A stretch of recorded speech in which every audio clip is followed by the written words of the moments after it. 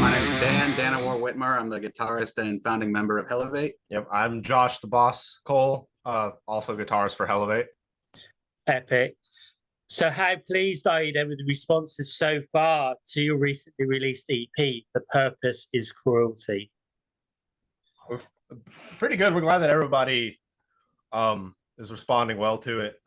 It's such a process to get it out and get it made, and this one especially. Yeah. There's such a level of at a certain point, kind of everybody I think has that at a certain point with the record. We kind of lose the plot, kind of lose objectivity, so you don't really know what it's going to be like when other people get to hear it who haven't been so immersed in it. So we're glad that everybody's liking it, and we're getting probably the best response we've gotten for anything we've released. Pretty much, yeah. Yeah, we've gotten a wave of reviews, and it's all 9 out of 10, 9.5 out of 10. So people seem to be liking it quite a bit. Yeah, man, I saw that because you've been going quite a while, haven't you? And you have been getting amazing reviews on YouTube, Facebook, where all over. That's absolutely stellar, man. And you're having a release party in a few hours' time. Is that right? Yes, we are. Yep, here in about later tonight. We're gonna be. It was supposed to happen when the EP got released, but because of some scheduling difficulties, we had to push it back. But cool, that sounds awesome. Are you gonna live stream it? Oh, I think we talked about it at one point, but I don't think it's going to end up happening, unfortunately. Yeah. Okay, but you're going to be videoing it anyway. Yeah, maybe we do. We were talking about that. Well, we might see what's up when we get there. That'd be cool. That'd be absolutely brilliant. Yeah. Okay, so Buried Under Mistakes is my favorite track on the EP. If I was a total newbie though to your music, which track would you choose to play me, and why? Off of this EP or on any release? Off of this EP, the new one. It's kind of a tricky question, honestly. I don't know, because our sound has kind of evolved quite a bit over the years. I don't know. I think either Purpose is Cruelty or Dagon are the most well-rounded kind of representative of what we do songs. Honestly, you could really make a case for any of these songs on the EP, really. Yeah, it's kind of hard to say. I think, you can make a case for any of them being like the song to show somebody. Awesome. So do you plan to do like a video as well at some stage? I'm actually currently working on editing one at the moment. It'll be out soon. Yeah. It was we were doing a playthrough video, and it kind of morphed into a hybrid playthrough video, music video. We kind of just filmed it here in our recording studio, kind of just like set everybody up in different corners of the room, filmed it. It's looking pretty cool. Yeah, it's gonna get, whenever Dan can finish editing it, we're gonna release it. Brilliant. And of course, like thrash metal seems to be like having a resurgence at the moment. Is that the sort of same for where you're living over in the States? Kansas City specifically is a really big death metal town. There's a lot of really good death metal bands coming out of this town. In this area, it's mainly us and another band out of Topeka called Bleed the Victim. We're kind of the main thrash bands in this area. Yeah, there aren't too many thrash bands in Kansas City, and even around the Midwestern United States, they're not super well represented. It is mostly extreme metal, a lot of death metal and black metal. Yeah, kind of comes out of this area. Cool. So you guys are sort of based like, are you in the Bible Belt or just off the Bible Belt? I'd say we're a hair shy of the Bible Belt, just a little bit north of that. Yeah, well, we're not, especially specifically where we live, but it's not that far of a drive away if that's where you want to go. We're close enough that we still see billboards for the Creation Museum, if that tells you anything. Yeah. So. Yeah. Okay. So can you tell us a little bit about the EP artwork, and do you have that framed at home? I love it. It's brilliant. It's proper thrash metal. I think our bass player's girlfriend is actually gonna make a print of it and frame it, or did she already? She did. Yeah, our bassist has a poster print of it. It's like framed, and we saw that. We're like, dang, we want one of those. Yeah, no. It's done by a guy named Mario E. Lopez. He does a lot of art for other thrash bands. Like, I trying to think of all the bands he's done stuff for. I know there's a band called Fabulous Disaster he did artwork for, and also a lot of like traditional like speed metal bands. But yeah, he does obviously really, really great work. And so we sent him our concept, and the concept was the same idea but done executed in a very different way. He sort of took it and ran with it, but it we're like, well, I mean, that looks amazing. So yeah, Josh kind of came up with the concept for the artwork, and we told Mario what we wanted. We sent him a couple like reference images and even like a rough sketch of what we wanted, yeah, and he kind of just took it and just kind of made his own thing out of it, and we're really happy with how it turned out. So props to Mario on that one. Yeah, it's brilliant, man. Absolutely, it make a really good back tattoo. Like we're trying to get as much as we can out of it. And it was done on acrylics. He painted it himself. It wasn't done digitally. So Cool. and you can like see the texture on the canvas that he did. We're really happy. I'd love to have the original painting he did, but I can't imagine he'd want to let go of it. Imagine he hangs onto them all himself. I don't know. I guess I've never really thought about it. Maybe we can ask him, see if we can get the original painting. Yeah, maybe. So the wonders of the internet. I mean, you have had reviews like from all around the world. I mean, is it a dream for you to actually get over to Europe? Oh yeah. It seems a lot of the attention we get is from Europe. I guess it's just the countries we play. Yeah, we've had a lot of like German reviews. Germany seems to like us quite a bit. So, yeah, they will do. A decent percentage of our merch sales, our physical merch sales, are German, Austria, Germany and Austria. Yeah, and it's annoying to ship it from the U.S., especially us. We're just handle all the merch ourselves, but they buy enough of it that we can't justify cutting them off and not doing it anymore. So we're going to keep filling out those customs forms. Yeah, I know it costs, doesn't it? It really does, especially now. Get anything to the UK, it's crazy prices. It really is at the minute. Okay, so who would be? Actually, I want to go back. Fabulous Disaster. That's a fucking killer name for a band, isn't it? That's like, yeah, I love that. Exodus, fucking Ray. Okay, so I'm totally old school thrasher. I too had long hair once, many years ago. But who would be your ultimate free bands to go on a tour with if you could choose any free bands? I mean, I kind of feel like Exodus goes without saying a little bit. Yeah, Exodus would be one. Yeah, we've opened for them a couple times. We've talked to them and met them a couple times, and they're super cool guys. Like, not only just the quality of their music, the fact that they're just that cool of people is definitely a big plus for us. Yeah. I mean, it would have been awesome to tour with like Slayer, but that's obviously never going to happen now. Geez, who else? I don't know. That is kind of a tough question. I mean, Overkill are super cool dudes too, so that'd be another one. Overkill would be fun. Maybe Testament. I've heard they're kind of rougher to roll with, but they'd be fun to tour with, I think. Epic. Yeah. Have you ever played with Creator? I can see you on a set list with Creator. Yeah, we opened for them back in 2012. It was them and Accept for co-headlining. Cool. How did you get on with them? Were they good to get on with? Yeah, I was friends with the local promoter who was booking the show, and I was asking him. We were just kind of talking, like, are there any shows coming up, that we could get on? And he just kind of lists a couple, and then he just kind of casually goes, "I have Creator and Accept if you want that." And I'm just like, dude, wow, yeah, fucking, do you want that? Absolutely, yeah. Snap your hand off, man. That's brilliant. Okay, so is there a thrash song written by someone else that you wish you'd written? A thrash song, huh? Somebody else wrote that we wish we wrote. That we wish that we had written, huh? I mean, any 80s Metallica, really, or Megadeth, to be honest. Yeah, if we could have written Rust in Peace, that would have been awesome, honestly. Yeah, the only song I could ever think of that like I wish I had written that it's not actually a thrash song. It's power metal. It's kind of power metal. The song Sound Chaser by Rage. I don't know if you know that one. Yeah, I do. Yeah, they're a really good band. The song Sound Chaser is like so many cool ideas that I wish that I had done. That's one song I wish I had written myself personally. Cool. All right then. So can you remember the first time you stood on stage with Hellevate and how it felt? Well, the band has kind of existed in some form or another since like 2004, 2005.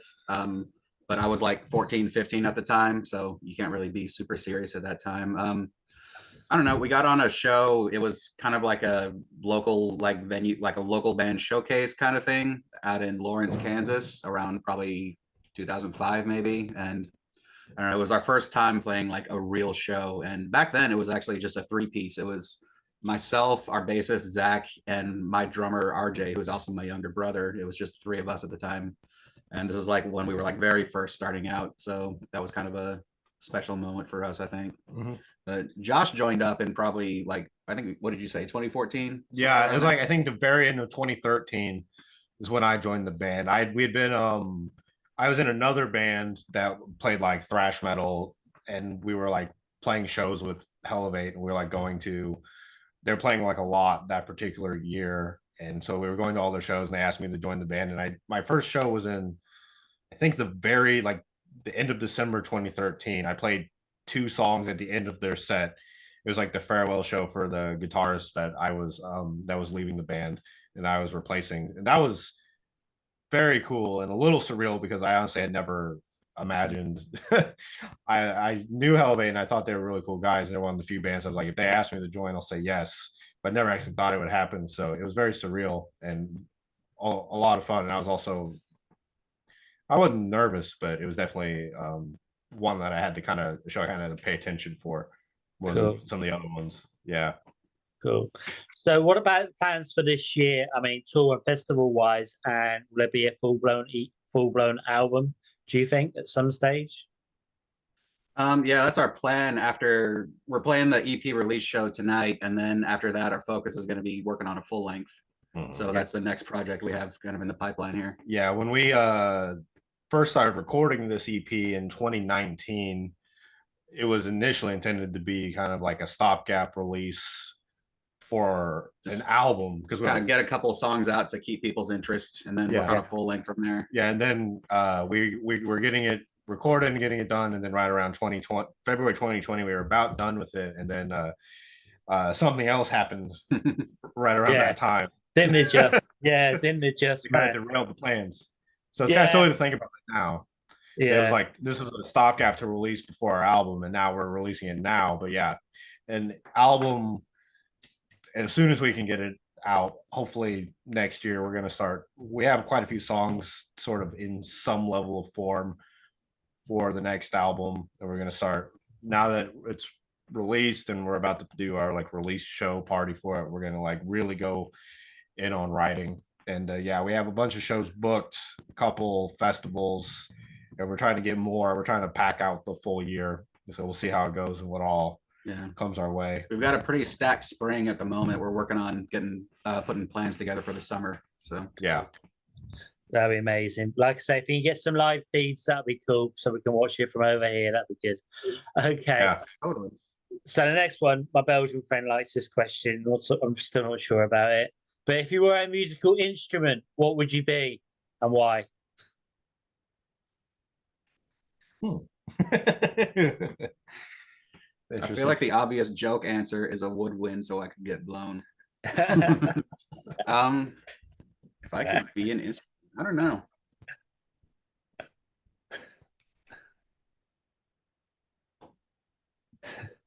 I mean, I guess we have a lot of really good, we have a lot of really cool looking guitars. So, I mean, that'd be nice to be all sleek and sexy looking, of course. Yeah, I'm going to pick, I'd be a white Flying V, because you mean the one you're looking at in the corner? Yeah, the white Flying V that I own that I'm looking at right now.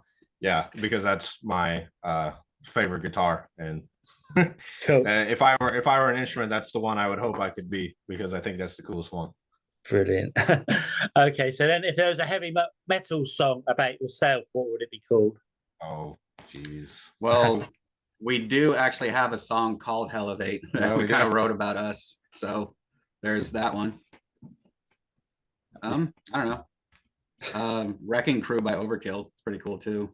We are the Wrecking Crew. You know? Yeah. Okay. All right. So the next one then. So can you give me 4 words to describe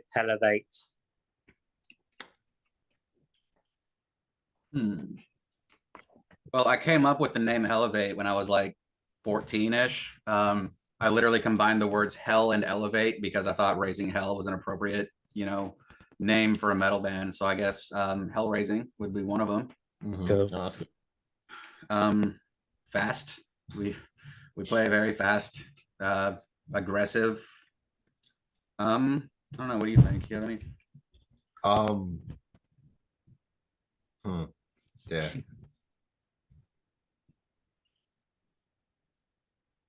Maybe song focused, maybe. How about like experimental, maybe? Yeah, Because maybe, yeah. we mess with a lot of different sounds. We've been trying some new things out lately that have been working in our favor. So, and we've always just kind of, I don't know, we describe ourselves as a thrash band, but really we kind of have influences from all over the metal spectrum. So Mhm. we're always kind of trying new things out and, playing new things, trying new song structures and ideas and lifting ideas from, death metal and black metal and so on. So Yeah. I'd say, yeah, just, yeah, experimental, kind of varied a little bit. Brilliant. Love it. Okay, so there's 5 questions now, either. So the first one is small, intimate gig or festival. Small, intimate gig, but only if the crowd is into it.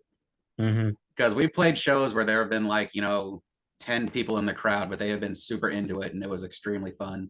Yeah. I mean, festivals are great too. We played plenty of those, but if it's a festival and it's a room full of people and they're just kind of standing there, half of them are looking at their phones, like, what's the point, Yeah, the best part of like a festival type gig is really more the I guess the accommodations. I don't know that's necessarily but like getting the if you get to play on like a larger stage is always fun because especially for us because we get to like spread out a little bit and move more and like really go for it. But yeah, being trapped in a room with a bunch of people who are like really crazy into it. When we did our tour for the album Weapons Against Their Will, we did a show in Minneapolis, Minnesota, and it was like a house show. We were like touring with a band from Detroit called Euphoria. They're like they were like a tech thrash band, kind of Vectory, even though they would get mad at you if you said they sounded like Vector.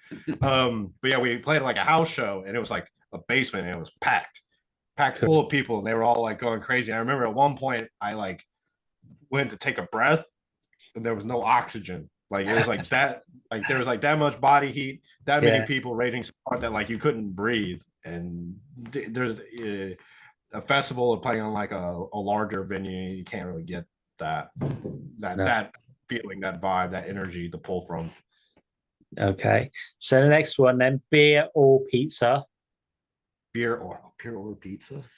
Oh shit.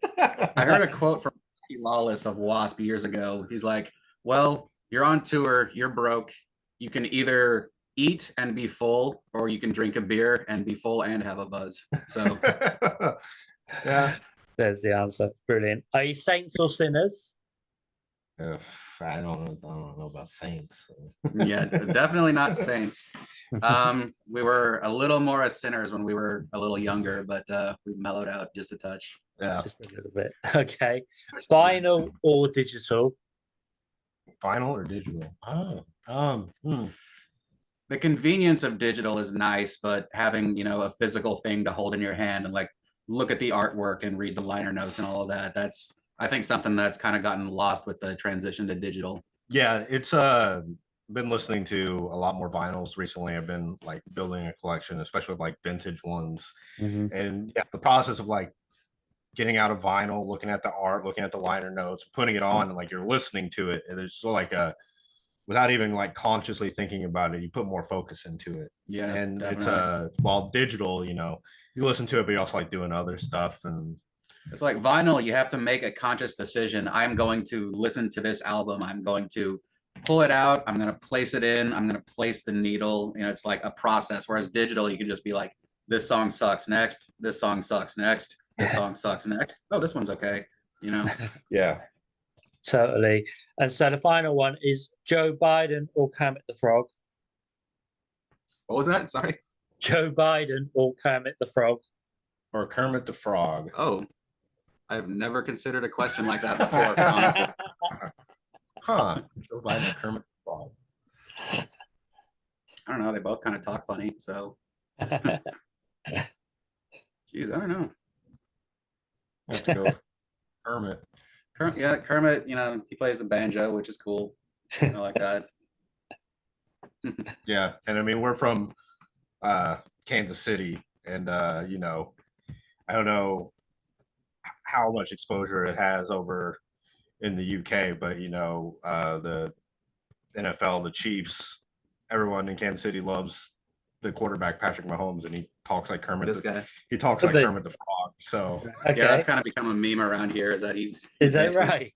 yeah, he sounds like Kermit the Frog when he talks. So Oh, I'm gonna have to check this guy out. All right, that sounds cool. yeah. All right, man. Well, I want to thank you so much for your time this evening. Do you have any final words for your fans, our viewers, and listeners? I guess just keep paying attention because we got plenty of new stuff coming out. We got plenty of shows to announce. We're going to start releasing more music soon. You can follow us on Facebook, Instagram, TikTok, and we have a Bandcamp page, which is where we primarily sell our merch from. So if you want to buy t-shirts or CDs or anything else, that's going to be your place to go. Mhm. Cool. Other than that, thanks for listening. We love you all. We appreciate you all. And thanks for listening. Josh, you got anything? No, that sounds about right to me. All right, guys. Well, thanks ever so much for your time. I'll try and get this on site soon. Have a good day over there and enjoy your show tonight. It sounds like it's going to be mega. Wish I was there. Have a good Yeah, one, man. Absolutely. All right. Thank you. Okay. Cheers, guys. See you Yeah, later. thanks for having us on. Thank you. Bye-bye. Bye. Cheers.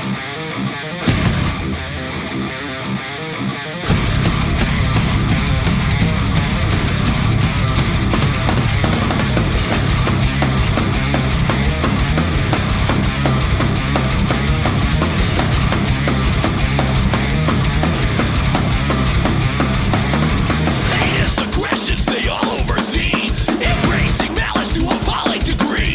Where should be empathy lay only contempt.